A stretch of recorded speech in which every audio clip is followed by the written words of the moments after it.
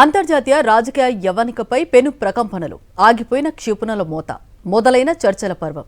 America ప్రకటించిన ఈ యుద్ధ విరమణ వెనుక ఉన్న అసలు అంతరార్థం ఏమిటి?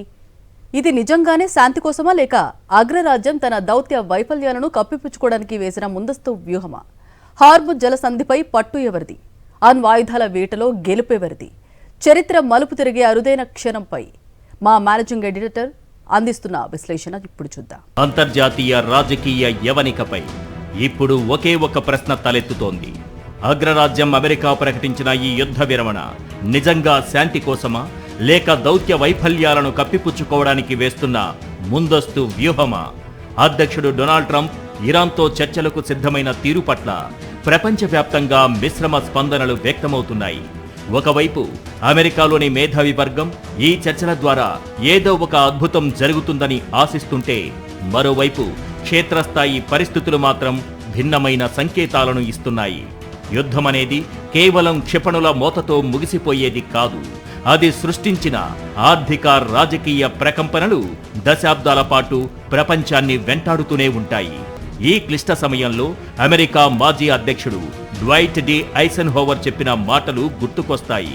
ప్రజలు శాంతిని ఎంతగా కోరుకుంటారంటే, ఏదో ఒకరోజు ప్రభుత్వాలు పక్కకు తప్పుకొని వారికి ఆ శాంతిని అందజేయక తప్పదు అని.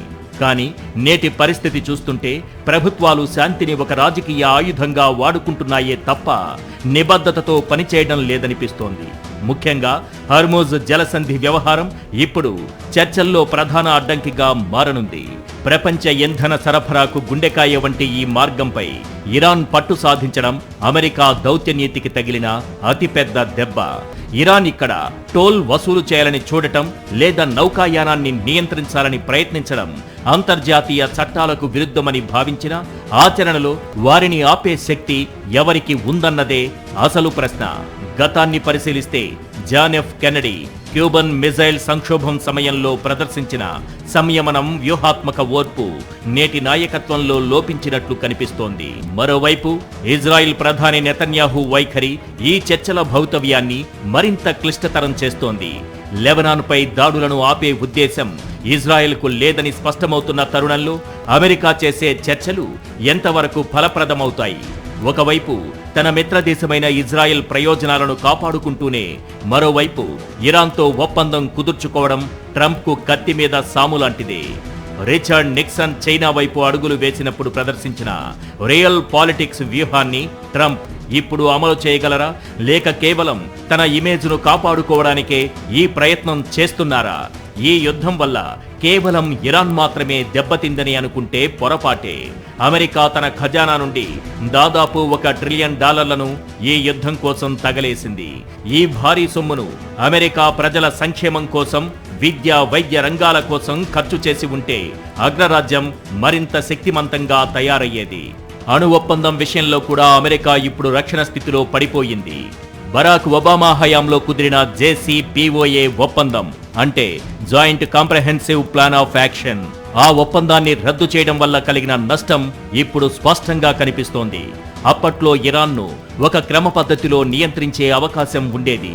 కానీ ఇప్పుడు ఇరాన్ అణు సామర్థ్యాన్ని గణనీయంగా పెంచుకుంది.